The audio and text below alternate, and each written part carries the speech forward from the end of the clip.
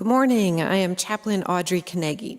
We're going to try something a little bit different this morning, more of a conversation over the lesson between Robert and I. So this week's lesson continues the study of Corinthians, and it looks at two different familiar metaphors in Scripture, farming and building, to address this problem of church leadership, especially when it becomes between leaders who are rivals. Yes, we all have ways of doing things. Audrey, I think you remember our first year of summer camp down at Pine Lake Fellowship Camp. We were new directors, and we were coming in with another way of doing things, what we knew. And it was different from what they knew. Yeah, we soon found that out. Yeah. And most of the counselors, adapted pretty smoothly to that, but there was that one who so often would come to us and that's not the way so-and-so did things. And, the other way was always better. Yeah. Well, do you think that comparison and quarrelings were part of the Corinthians fighting faction? We see Apollo says that it was, says it this way, and then Paul would say it another way. In the text today, Paul uses farming and building as metaphors to help them think of them being partners and not competitors. So, depending on the view from the windows here at Landis Homes, perhaps people are beginning to see some new construction on campus. It's finally moved from getting all the foundations ready, and the structures are starting to go up. So I'm thinking they had to change a few things about how they did this, how they do this. So, in any construction project, there are different tools, equipment, skills of each stage of construction. They had to move a lot of rocks over there, and they brought in a stone, something to crush the stones, so they could get rid of the stones and then actually reuse those for part of the erosion control and foundation. Different tools and skills are needed in the framing process, in the electrical process, in the plumbing process, putting up drywall, etc. And although these different trades are different, different tools, etc., and so on, there's also one purpose and one plan. And they're following these plans in order to make a house that is able to be lived in. Right, yeah. So farming is the other example Paul uses. And it kind of works the same way. In our household, you plow the garden and I plant it, and you set up the watering system and I get to weed. Neither of us, though, is in charge of photosynthesis or generation of the seeds. That whole thing is part of the mystery of growth, and it's God's business. So at the end of the day, everything we raise, the fruit of our labor, is God's good gift to us. Yeah, I might weed once in a while, but... Last week we read in the first part of 1 Corinthians chapter 3, where Paul addresses their immature behavior as they give in to quarreling and jealousy between these factions. So as we read the text for today, listen for Paul's use of these two metaphors to encourage the church to find their way to unity as they work towards a common purpose. So 1 Corinthians chapter 3, verses 5 to 23. After all, what is Apollos? What is Paul? They are servants who helped you to believe. Each one had a role given to them by God. I planted, Apollos watered, but God made it grow. Because of this, neither one who plants nor the one who waters is anything, but the only one who is anything is God who makes it grow. And the one who plants and the one who waters work together, but each one will receive their own reward for their own labor. We are God's co-workers, and you are God's field, God's building. I laid a foundation with a wise master builder. according to God's grace that was given to me, but someone else is building on top of it. Each person needs to pay attention to the way they build it. No one can lay any foundation other than the foundation that is already laid in Christ Jesus. So whether someone builds on top of the foundation with gold, silver, precious stones, wood, grass, or hay, each one will be clearly shown. The day will make it clear because it will be revealed with fire. The fire will test the quality of each one's work. If anyone's work survives, they'll get a reward. But if anyone's work goes up in flames, they'll lose it. However, they themselves will be saved as if they had gone through a fire. Don't you know that you are God's temple, and God's Spirit lives in you? If someone destroys God's temple, God will destroy that person, because God's temple is holy, which is what you are. Don't fool yourself. If some of you think that they are worldly, wise, then they should become foolish so that they become wise. This world's wisdom is foolishness to God. As it is written, he catches the wise in their cleverness. And also, the Lord knows that the thoughts of the wise are silly. So then, no one should brag about human beings. Everything belongs to you. Paul, Apollos, Cephas, the world, life, death, things in the present, things in the future, everything belongs to you.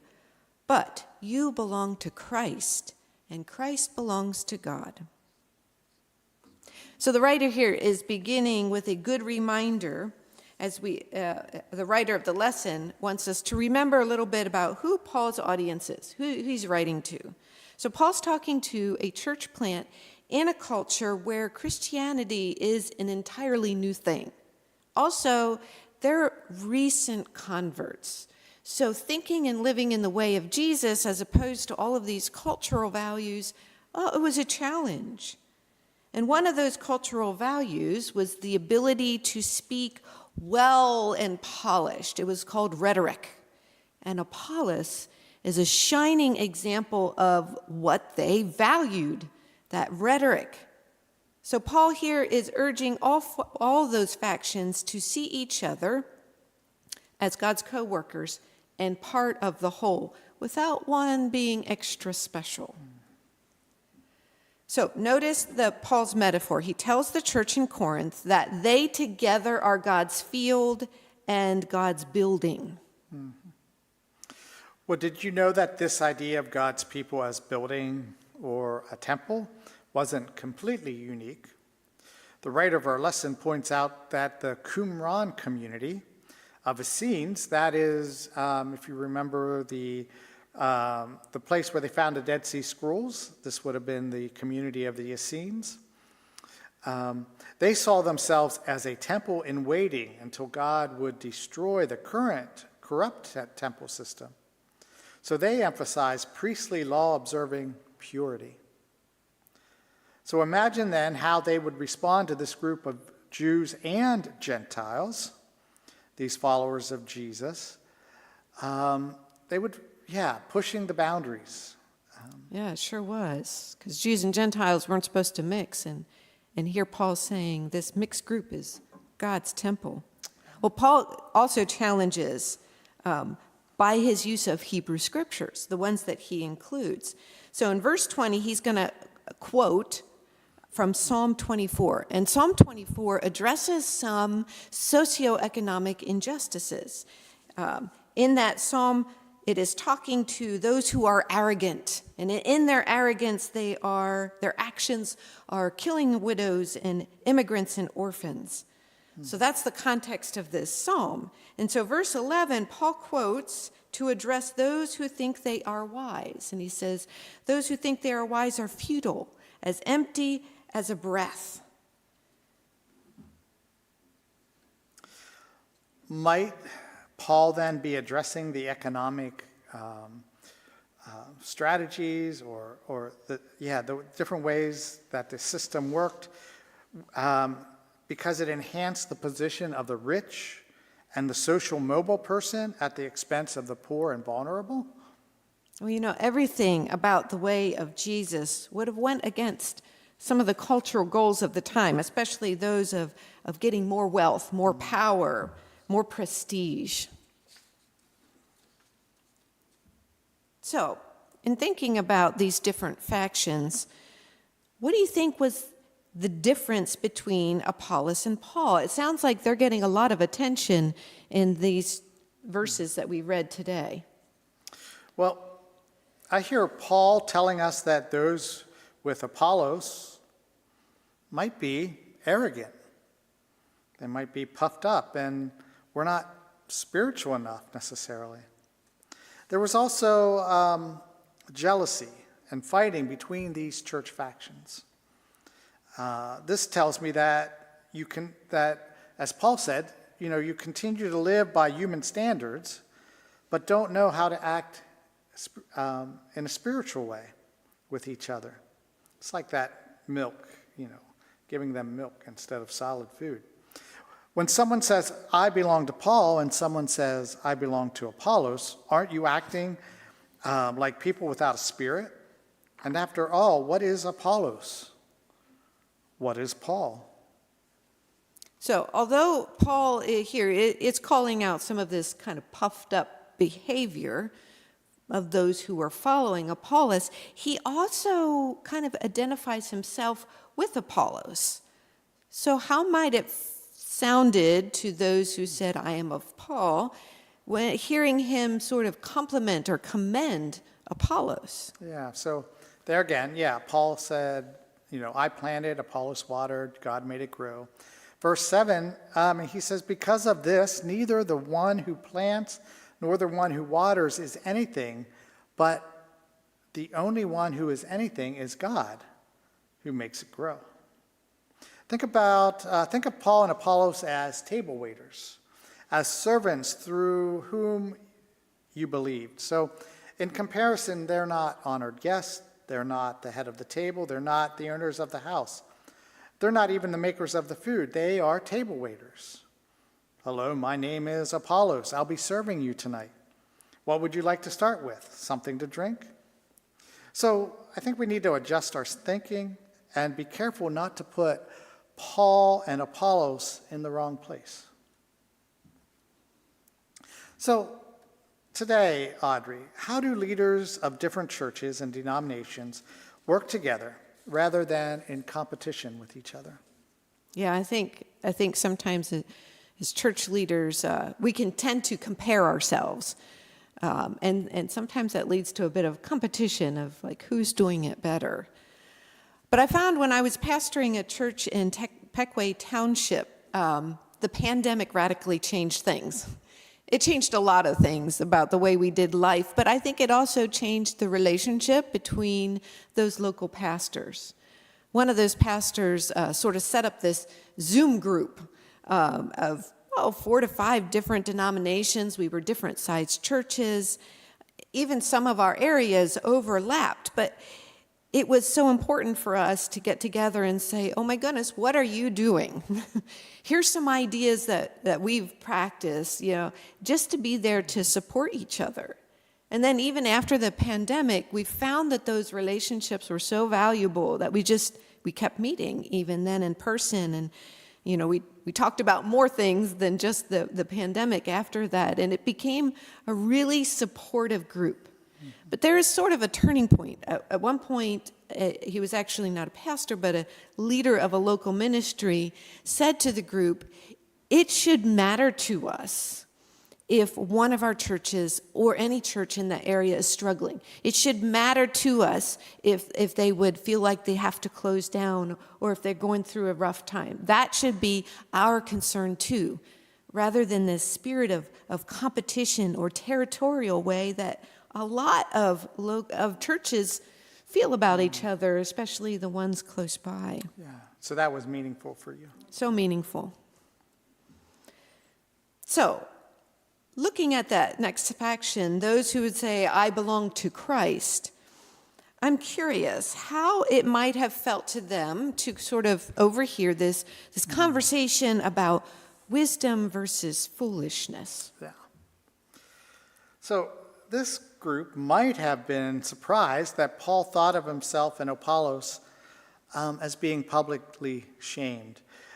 Paul in 1 Corinthians 4, 9 to 13, let me read that here. It says, I suppose that God has shown that we are apostles are at the end of the line, that we are like prisoners sentenced to death, because we have become a spectacle in the world, both to angels and to humans. We are fools for Christ, but we are wise through Christ. We are weak, but we are strong. You are honored, but we are dishonored. Up to this very moment, we were hungry, thirsty, wearing rags, abused, and homeless. We work hard with our own hands. When we are insulted, we respond with a blessing. When we are harassed, we put up with it. When our reputation is attacked, we are encouraging. We have become the scum of the earth, the waste that runs off everything up to the present time.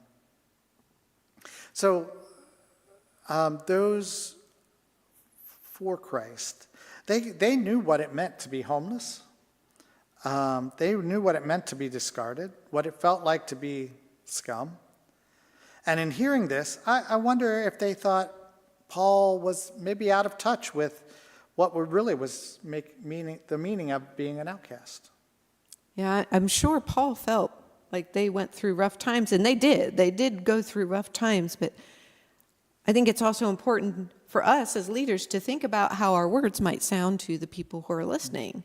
So I'm wondering, in all of the sermons that you have preached over the years, how did you think about the words you chose or the illustrations you chose and how that might sound to the people who are listening to you? Yeah, so, I grew a lot in my preaching. And as a few newer people would start coming to church, some of them had been unchurched or haven't been in church for a long time, I started to think about them and how I spoke. So when I prepared a sermon, what language was I using? Was it theological terms, or was it more down-to-earth terms? I thought it was important for them to be able to understand in everyday language. Mm-hmm. It might be like moving from the King James Version of the Bible to using the New Living Testament or the Common English Bible. Words that they might connect with or use in their everyday life. Exactly. Yeah, yeah. Well, those who belonged to Cephas, they had some Jewish background, and, talking about this whole thing of wisdom had a rich tradition in Jewish literature and things. They also had a pretty precarious situation in Rome. I mean, they might have been thinking, am I going to be kicked out? Like a lot of them already had been kicked out of the empire. And so, their situation was a little precarious. And when I think about, how did they think of belonging? Could they belong in this group? And it must have been encouraging to hear, you are God's field together. You are a part of God's building together. But Paul also says, take it on the chin a little bit. I wonder if that was a little bit hard to hear as well. When somebody insults you, when we're insulted, we put up with it. When our reputation is attacked, we're encouraging. I wonder if they thought at times, hey, stand up for yourself a bit. Yeah. Those are hard conversations, hard things to work through. Yeah, for sure.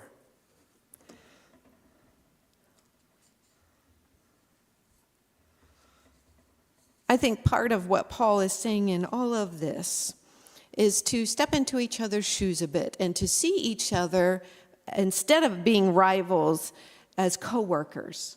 And we all come at this with a different set of skills, with different roles that we play, but it's all a part of God's kingdom. Like we were talking about, all of those different tools going into building these new buildings on our campus. But the goal is the building at the end. And as we work together, different leaders, different styles, different denominations, different ways of praising God, in the end, we are all working toward the kingdom of God. But sometimes it's not easy to see from another's point of view. Yeah, sounds like the song we sang at camp. Yeah. Yeah. I want to close by reading the lyrics to this song, Jesus, Help Us Live in Peace. Jesus, help us live in peace. From our blindness, set us free. Fill us with your healing love. Help us live in unity. Many times we don't agree on what's right or wrong to do. It's so hard to really see from another's point of view. How we long for power and fame, seeking every earthly thing. We forget the one who came as a servant, not a king. So Jesus, help us live in peace. From our blindness, set us free. Fill us with your healing love. Help us live in unity.